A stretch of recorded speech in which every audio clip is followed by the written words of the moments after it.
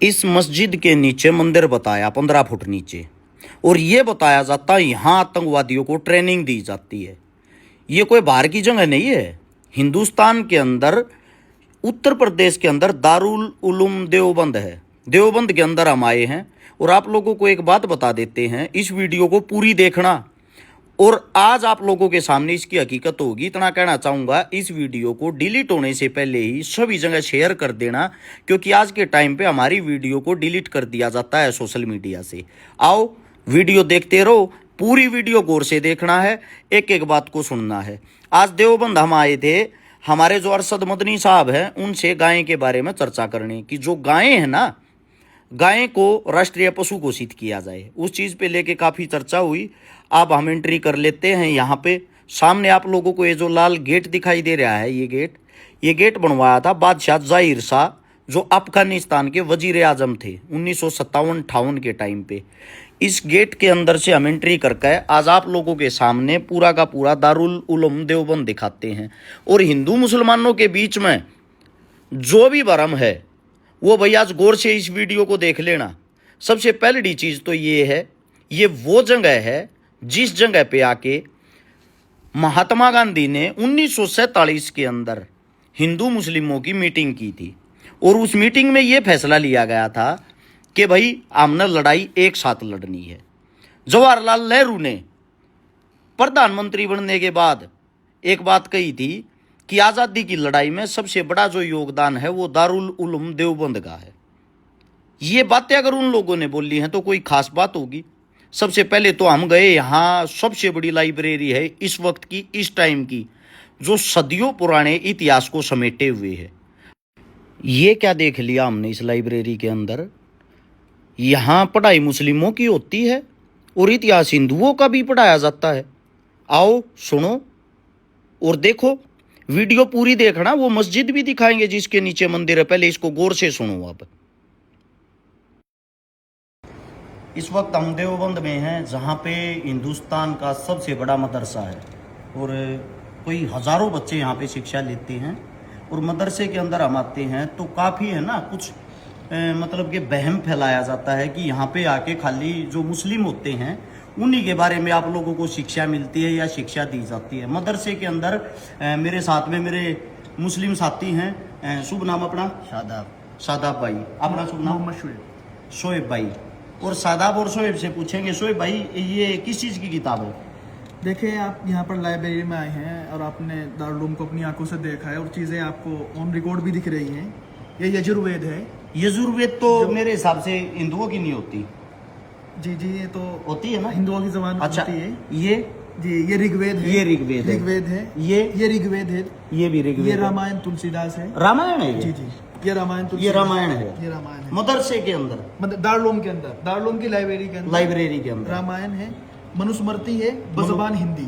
ठीक है, ये यहाँ पर हिंदी में भी है और वो सब चीज वो उनका उर्दू में भी यहाँ पर देख सकते हैं आप। ये रामायण वाल्मीकि है, रामायण वाल्मीकि द्वारा। जी ये विष्णु मनुस्मृति है। ठीक है, ये ग्रंथ साहब बज़बान अंग्रेजी में ग्रंथ साहब की है, ग्रंथ साहिब की। जी ये, और इसी तरह ये कुरान करीम है, कुरान। जी ये तौरात है, ये भी कुरान है। ठीक है, और इसी तरह दूसरे फलसफे की किताबें भी यहाँ पर हैं। ये इंजील है, ये भी इंजील है अरबी में, ये ज़बूर है। हम जिस जगह पे खड़े हैं ये वो पवित्र जगह है। 1947 की जो क्रांति हुई थी, देश की आज़ादी की जो अंतिम लड़ाई थी, जिसमें हिंदू और मुस्लिमों ने मिलकर लड़ाई लड़ी थी, उसका जो फैसला हुआ था वो यहीं इसी सरजमी पे बैठ के हुआ था। और आज कुछ ऐसे मूर्ख इंसान हैं जो राजनीति के भाव में बह के इन चीज़ों को भी जाति और धर्म और मजहब से जोड़ देते हैं। मैं आप लोगों को एक बात बताता हूँ, आप अल्लाह के घर जाओ या मंदिर में जाओ या गुरुद्वारे में जाओ, शिक्षा आपको कहीं ये नहीं मिलेगी तोड़ने वाली, शिक्षा मिलेगी आपको जोड़ने वाली। लेकिन कुछ मूर्ख इंसान होते हैं, वो हर धर्म हर जाति के अंदर मिलते हैं, जो जानबूझ के कुछ गंद फैलाते हैं, इन चीज़ों को तोड़ मरोड़ के पेश करके दिखाते हैं। जैसे कि अब ये बोल देंगे ये ग्रंथ हैं, ये रामायण है, तो ये इस भाषा में क्यों लिखी हुई है? उसका कारण है क्योंकि हमारे साथ में जो मुस्लिम साथी खड़े हैं वो इसको आसानी से इस भाषा में पढ़ सकते हैं। अब वो ग्रहण इन सब के ज्ञान को करते हैं, टोटली बातों के अंदर सेम ज्ञान है, फर्क थोड़ा सा शब्दों का होता है, थोड़ा सा समझने का होता है। तो आप लोगों से भाई क्या कहना चाहते हो? हर्ष शिगारा साहब, जिस तरह से आप काम कर रहे हैं, सबसे पहले तो आपको मुबारकबाद। आप यहाँ पर आए, वक्त निकाल कर आए और आप एक चीज़ों को बहुत डीपली आप चीज़ों को देख रहे हैं। एक मैं आप ही से सवाल करता हूँ काउंटर क्वेश्चन कि जिस तरह से एक ब्लेम दारुल को स्पेशली इस दौर में दिया जाता है कि यहाँ पर आतंकवाद की तालीम दी जाती है और लोगों से न जाने किस किस तरह से वेपन का भी बताया जाता है कि यहाँ पर रखे जाते हैं और वो फुला चीज़ें सब चीज़ें हैं, तो आप देख रहे हैं, आप मुझे ज़रा सा बता दीजिएगा घूमने के बाद आपको कोई इस तरह की चीज़ नज़र आए तो। मैं आप लोगों के साथ प्यार प्रेम से जो रहता हूँ ना, मैं तो हिंदू परिवार के अंदर जन्म ले रखा है, मेरे कोई मुस्लिम नाम मिला हुआ, मेरे कोई हर्षुद्दीन कहते हैं, जब मेरे कोई दिक्कत आपत्ति नहीं है। बिल्कुल, आप यहाँ पर हैं, अभी घूम रहे हैं, आप इकले जा करके दारुल उलूम के किसी भी एक कैंपस में किसी भी एक क्लास को आप देखकर आप जा सकते हैं, कोई आपको परमिशन लेने की जरूरत नहीं। मैं पूरे मुस्लिम परिवार के बीच में, दारुल उलूम के बीच में अकेला घूम रहा हूँ। मेरे साथ में सिर्फ और सिर्फ 3 से 4 हिंदू हैं। टोटली यहाँ की जो आवाम है, जनता है, मुस्लिम है। और मेरे से कोई ये भी नहीं पूछ रहा भैया आप यहाँ कैसे घुस गए, ये तो मुस्लिमों के लिए है, आप यहाँ किस लिए आए हो। यहाँ पे जो प्यार प्रेम मिल रहा है, यहाँ पे जो सादगी है, यहाँ पे आज भी 1947 से पहले का जो भारत है वो देखने लायक, आप लोगों को देखना चाहिए, देखने से ही सीखते हो, सुनी सुनाई बातों से नहीं, कानों के कच्चे मत बनो। राजनीतिक आदमी कोई भी हो, उसको सिर्फ और सिर्फ वोट से जोड़ के राजनीति करनी है, वो आपको उसी नजर से देखेगा, उसी नजर से दिखाएगा। हाथ जोड़ के विनती है, आप देवबंद आए और यहाँ पे आके घूमे, यहाँ पे आके देखें, मैं गारंटी देता हूँ आप देवबंद के दीवाने हो जाओगे। धन्यवाद आप सबका। और इतना कहना चाहूंगा, एक बार लाइब्रेरी और दिखाना, मेरे हिसाब से हिंदुस्तान के अंदर ऐसी लाइब्रेरी कहीं मिलेगी नहीं आप लोगों को, पूरी वहां से लंबी दिखाना भाई। मुस्लिमों के लिए जो नफरत रखते हैं, व्हाट्सएप यूनिवर्सिटी से जो पढ़ के आते हैं, आजकल के बच्चे जो सोशल मीडिया पे खाली लाइक और फॉलोवर कमाने के चक्कर में एक धर्म को टारगेट करते हैं, आंखें खोलो और देखो क्या किसी हिंदुओं के पास ऐसे इस तरीके से अपने इतिहास को संभाल के रखा है। गौर से देखो, सदियों पुराना इतिहास आज भी इनके पास रखा हुआ है। पंखे भी वही पुराने हैं, उसी टाइम अंग्रेजों के टाइम के। आज भी हाथ की दस्तकारी करते हैं, हाथ से काम करते हैं। अगर गौर से देखोगे, जितनी भी लाइब्रेरी है, इसके अंदर जितने भी इंसान बैठ के जो कार्य कर रहे हैं इस टाइम पे, वो कार्य करने वाले इंसान आज भी लैपटॉप से पहले अपने हाथ से मोहर मारते हैं, हाथ से काम करते हैं, अपने पूरे के पूरे इतिहास को समेटे हुए हैं ये इंसान। और संपूर्ण जो भी जहां से इंसान आता है उसकी इज्जत करते हैं, उसका सम्मान करते हैं। इसीलिए मैं कहता हूं, आप किसी से नफरत तो करते हो, नफरत करने से पहले नजदीक से जाके उसके कल्चर को तो जानो, या सीधा वैसे ही किसी से सुन लिया और गालियां देना शुरू कर दिया। किसी के धर्म को आप बदनाम तो कर देते हो, टारगेट तो कर देते हो, उस धर्म के बारे में थोड़ा बहुत तो आप लोगों को पता होना चाहिए। आइए अब आप लोगों को उस मस्जिद तक ही लेके चलते हैं जिस मस्जिद के आजकल चर्चे चल रहे हैं, क्योंकि वो दिखानी आप लोगों के लिए बहुत ही ज़्यादा ज़रूरी है ताकि आप गुमराह ना हो। और उससे पहले आप लोगों को इस जगह लेके चलता हूँ। ये देखो, सुना होगा फिल्मों में कि फतवा जारी कर दिया है।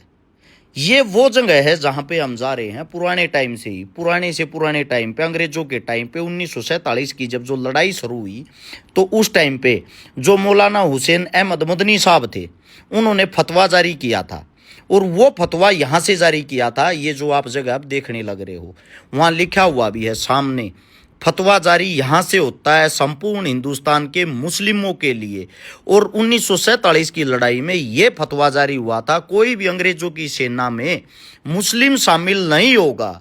जैसे हम नमाज जो पढ़ते हैं पांचों टाइम की, जितनी अहमियत इज्जत हम नमाज को देते हैं, सेम हम अपने देश के लिए कुर्बानी दे देंगे। हम अंग्रेजों की फौज में नहीं जाएंगे। और मैं अपना कफन अपने साथ लिए फिरता हूँ, मेरे देश के लिए सबसे पहली कुर्बानी मेरी होनी चाहिए। ये थे मौलाना साहब के उस वक्त के, उस टाइम के स्पीच, भाषण, अपने देश के लिए, हिंदुस्तान के लिए वो लड़े थे। दूसरी चीज़ ये है, अब हम जिस तरीके से बाहर निकल के जो जा रहे हैं, हम जा रहे हैं उसी मस्जिद की तरफ, जिस मस्जिद के बारे में दुनिया भर के बच्चे आजकल वीडियो बनाते हैं। पॉपुलरिटी के चक्कर में कोई भी आदमी किसी भी लड़कियों जैसा नाम रख के, और जो सरेआम आवारा तत्व होते हैं, वो एक समाज को टारगेट करने के लिए बार बार गालियों का प्रयोग करते हैं। और वो समाज को जो तोड़ने का कार्य करते हैं, उन लोगों ने ना तो कभी आज़ादी की कोई लड़ाई लड़ी, ना उनके बड़ों ने कोई लड़ाई लड़ी। वो इंसान हैं जो सिर्फ और सिर्फ किसी धर्म को टारगेट करके लाइक और फॉलोवर कमा सकते हैं। अब हम पूछ गए हैं उसी मस्जिद के अंदर, जो मस्जिद आप लोगों के सामने दिखाई दे रही है। सबसे पहली चीज़ तो आप ये देखो कि इन लोगों ने अपनी चीज़ों से कितना प्यार है, कितने अच्छे तरीके से मुस्लिम जो कल्चर है ये अपने आप को समेट के रखते हैं। ये एक आवाज़ में इकट्ठे हो जाते हैं। इनसे हमें सीखना चाहिए, इनसे हमें सीख लेनी चाहिए। आप लोग आज भी जातियों में बटे हुए हो, आप लोग आज भी एक दूसरे को टारगेट करते हो, आप लोग आज भी एक दूसरे को देख के चिढ़ते हो, घिन करते हो। लेकिन मुस्लिम जो कल्चर है, मुस्लिम जो इंसान है, वो एक दूसरे से कितना प्रेम करते हैं। भले ही वो एक दूसरे से फर्क मानते हो, लेकिन आपको महसूस नहीं होने देंगे। ये वो मस्जिद है जिसके नीचे मंदिर बताया जा रहा है। इस मस्जिद के बारे में थोड़ा सा मैं आप लोगों को बता भी देता हूं ताकि आप लोगों को पता लग जाए, क्योंकि मस्जिद के आजकल चर्चे हैं। तो मस्जिद कोई ज़्यादा पुरानी है नहीं, ये ना ये किसी औरंगजेब ने बनाई, ना ये किसी अकबर ने बनाई, ना ये किसी बाबर ने बनाई। ये मस्जिद, इसका कार्य 14 अप्रैल 1986 से शुरू हुआ था और इसको बनने में पूरी तरीके से 20 साल लगे। यानी कि मस्जिद 2006 के आसपास बनकर पूरे रूप से तैयार हुई है। ये मंदिर मस्जिद के अंदर का ढांचा है। अब सोचने का विषय ये है, जब ये 2006 में ही बनी तो इसका मतलब ये तो 20 साल पुरानी ही हुई। अब ये 20 साल पुरानी जो मस्जिद है, इस 20 साल पुरानी मस्जिद के अंदर भी आप लोग कैसे ये बोल देते हो कि ये किसी मंदिर को तोड़ के बनी हुई होगी, है? यानी कि कुछ भी आप लोगों को बस अलूल जलूल फैला के ये जो भाईचारा है इसको तोड़ना है। ये देखो, मेरे चारों तरफ से मुस्लिम होंगे, मैं इकलौता इनके बीच में होऊंगा। मेरे को कितना प्रेम दे रहे हैं, कितना प्यार दे रहे हैं। अगर एक मुस्लिम टोपी लगा के किसी मंदिर में घुस जाए ना, उसी खबर को बड़ी बना के और उसका इतना अपमान कर दोगे, इतना अपमान कर दोगे जिसकी कोई हद नहीं, और फिर बोलते हो कि हर्ष मंदिरों के खिलाफ बोलता है। मैं मंदिरों के खिलाफ नहीं हूं, मैं अपने कल्चर से प्यार करता हूं। लेकिन वहां वीवीआईपी जो लाइनें लगती हैं, 1100-2100 जो रुपए लेते हैं, यहां वो कल्चर नहीं है। यहां भिखारी हो या राजा, सब एक ही साथ बैठ के नमाज अदा करते हैं। यही हमने इनसे एकता सीखनी चाहिए। भिखारी हो या राजा, जिसके सीधे डायरेक्ट मंदिर के अंदर दर्शन हो। अब हम नीचे चल रहे, इसके 15 फीट नीचे बताते हैं कि इसके 15 फीट नीचे पहले मंदिर था। अब हम यहां से नीचे की तरफ एंट्री कर रहे हैं और हम नीचे गए तो नीचे क्या, बेसमेंट में पहुंच गए। 20 फुट नीचे तो बेसमेंट है। मंदिर 15 फुट नीचे बता रहे थे, 20 फीट नीचे तो यहाँ पे कार्य करने वाले, जो इसके अंदर कार्य करते हैं, साफ सफाई करते हैं, वो इंसान रहते हैं। और इसकी जो नींव है वो लगभग 20 फीट और नीचे से उठ के आई है। यानी कि 40 फुट नीचे तक तो कोई मंदिर ही नहीं है। ये उसका प्रमाण, उसका सबूत आप लोगों की आंखों के सामने है।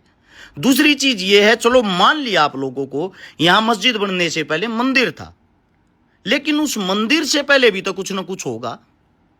क्योंकि सबसे बड़ी चीज ये है, अगर मस्जिद खोदोगे, चलो मान लिया मंदिर निकल आया, मंदिर को खोदोगे तो उसके नीचे जो जमीन निकल के आएगी, वो जमीन असलियत में किसान की है, उसका मालिक किसान है।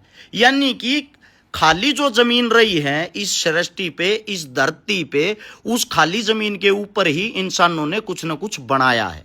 अब कुछ ना कुछ वहां बनाया है तो ऐसे ही मस्जिद बन गई, कहीं मंदिर बन गया, कहीं मकान बन गए। यानी कि ये सारी बातें बेबुनियाद है, झूठी हैं। और मैं हिंदू होने के नाते भी एक बात कहता हूं भाई, मेरे मुस्लिम साथियों पे, भाइयों पे अगर कोई आवाज उठाएगा, उंगली उठाएगा, मैं इनके साथ खड़ा हूं। इसलिए खड़ा हूं, मेरी गाय को राष्ट्रीय पशु बनाने के लिए सबसे पहले मुस्लिमों ने आवाज उठाई है।